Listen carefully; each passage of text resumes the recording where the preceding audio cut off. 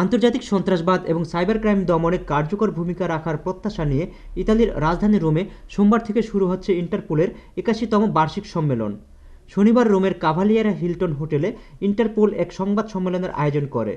সংবাদ সম্মেলনে ইন্টারপোলের প্রেসিডেন্ট কোবনহো, মহাপরিচালক রোনাল্ড কে নোবল, ইতালির পুলিশ প্রধান প্রফেসর আন্তোনিও মারানেল্লি এবং ক্রাইম পুলিশের প্রধান প্রফেসর ফ্রান্সিসকো চেরেল্লি বক্তব্য রাখেন। সংবাদ সম্মেলনে বলা হয়, সোমবার থেকে শুরু হয়ে বৃহস্পতিবার পর্যন্ত চলবে এই কনফারেন্স। এতে ১০৩টি দেশের স্বরাষ্ট্রমন্ত্রী সহ ১৬৭টি দেশের প্রতিনিধি অংশগ্রহণ করবে।